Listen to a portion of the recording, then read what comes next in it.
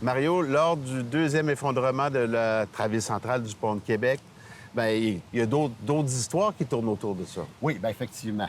Là, on peut comprendre qu'on a construit une deuxième travée, on l'a amenée, on l'a accrochée pour la monter, la hisser. Mais là, les superstitions étaient étaient au maximum, là. C'est un projet d'envergure aussi. Puis là, le doute s'installait beaucoup. Écoute, on était rendu là quand même.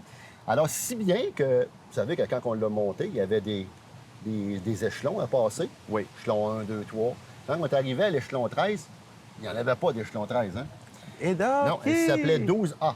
Juste pour pas avoir le 13. Comme un ascenseur qui n'a pas de chiffre 13, c'est un peu la même chose. OK. Donc, on a commencé superstition à ce moment-là. Et bon, la travée, on sait qu'elle a été hissée. Ça a fonctionné très bien. Des gens me demandaient aussi, Mario, pourquoi on n'a pas envoyé des plongeurs pour voir dans le fond, etc. C'est une de mes questions, d'ailleurs. C'est une très bonne question, même encore aujourd'hui, mais à l'époque, on ne parlait pas de plongeurs, on parlait de scaphandrier avec un tube d'air qu'on pompait à partir de la surface. Des bonhommes assez lourds pour descendre. Oui. On a descendu quand même jusqu'à 180 pieds. C'était des exploits à l'époque. L'ingénieur, pas l'ingénieur, mais le directeur du chemin de fer à l'époque, Frank Cochrane, avait dit « On va aller voir, on va aller chercher, on va aller voir s'il y a des... pas des survivants, mais bref. » On a récupéré et vu des corps coincés.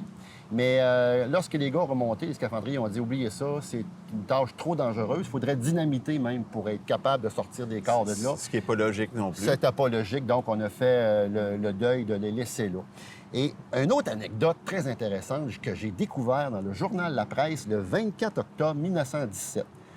Une actrice américaine, Claire Ferry, qui se produisait à Montréal au Gateway, avait dit, puis c'était écrit dans le journal, qu'elle plongerait le 24 octobre à partir de la travée centrale, plongerait dans le fleuve, à une hauteur de 150 pieds. C'est une femme courageuse, pas mal, ça. Là. Ben écoutez, j'ai rien trouvé si elle le fait ou pas. Il n'y a aucun écrit suite à ça, mais la coupure de journaux existe qu'elle le ferait.